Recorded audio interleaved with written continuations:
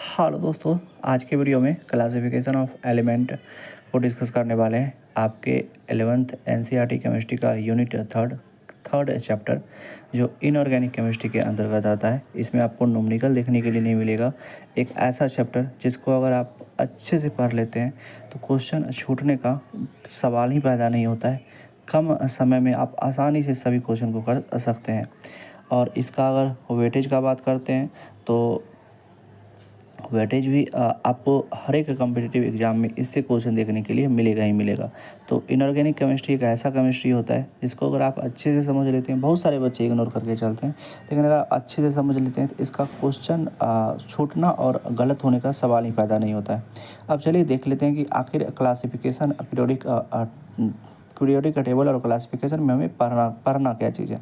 सबसे पहले जो आप अभी जो पीरियोडिक टेबल देख रहे हैं, ऐसा पीरियोडिक टेबल पहले नहीं था। उस क्योंकि पहले जो था कि इतना एलिमेंट डिस्कवर नहीं था, जो जितना एलिमेंट अभी डिस्कवर है पहले उतना नहीं था। इसीलिए क्या कहते हैं, जो इसका हिस्ट्री है, सबसे पहले थोड़ा सा हिस्ट्री के बारे में बात कर लेते हैं कि हिस्ट्री क्या कुछ कैसे रहा है और क्लासिफिकेशन का ज़रूरत क्यों पड़ा। तो सबसे पहले अगर क्लासिफिकेशन का बात करते हैं, क्लासिफिकेशन का ज़रूरत क्यों पड़ा, तो देखिए, अगर आपको कुछ ही एलिमेंट रहता, जैसे कि अगर 10 ही एलिमेंट रहता तो आप उसका हर एक एलिमेंट का प्रॉपर्टी, फिजिकल प्रॉपर्टी सब कुछ याद कर लेते।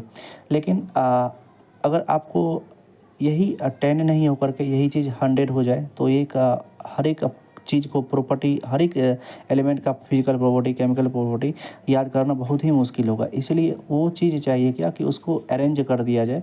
अरेंज करने से होगा क्या कि आपको पता चलेगा कि इस ग्रुप का जो फिजिकल प्रॉपर्टी है सभी का सिमिलर है, इस ग्रुप का सभी का सिमिलर है, इस पीरियड में ये एक ट्रेंड फॉलो हो रहा है फिजिकल प्रॉपर्टी का, ये एक ट्रेंड फॉलो हो रहा है केमिकल प्रॉपर्टी का।